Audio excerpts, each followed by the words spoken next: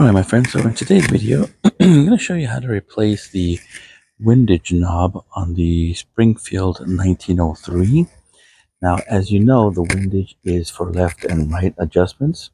You got the scales back here, and mine does not seem to want to grab the gears inside or the threading. So either the knob inside is stripped, or the sight, the base is stripped. We're going to take a look at that. So I can't turn this. Okay, so I'll tell you right now, if you needed to replace this thing for whatever reason, you wanted to get a nicer looking one, because you can see mine is all worn out. Be careful first of all of how you do this, because what I'm going to do is something that I don't recommend. Because if yours is not stripped, doing this can strip it, but mine is, I think it's already stripped. So what you want to do is you want to lift the ladder sight and kind of move this a little bit up, because you want to get a nice hold of this area here. And what you're going to do is, if yours can turn to some degree, turn it as much as you can one way or the other to move the sight past this point here. So as I said, mine was stripped, so I'm just going to go ahead and push mine. As you can see, I just push it. If you do that, you can strip inside here, which is this right here. You can see that you don't want to strip that. And in here, we're going to see how to get this thing out of here. So in this little spot right here, inside there is a spring.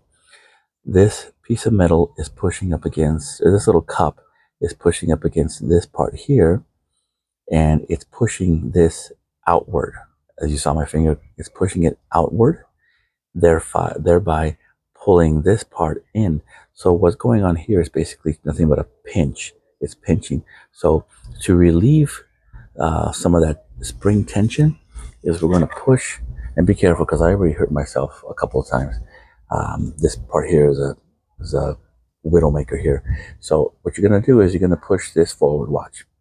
You see how this part comes up?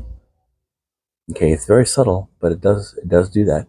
And once you do that, you can push this part forward. It's a little bit of a, see, saw that? You see how I can move this forward? Ah, son of a bitch, got me again. It got me again. Okay, so that's what it looks like. Can you see? Mine is a bit stripped, but it's also, you can see how it's really dipped right here. So this is really bad. It's just old. It might even be warped. But here's that spring I was telling you about. Okay. And so that's why mine wasn't catching. Okay, so now you replaced it. They sell these on eBay for like 15, 20 bucks with shipping. So they're pretty available. So when you get a new one in, you want to make sure that this has a spring.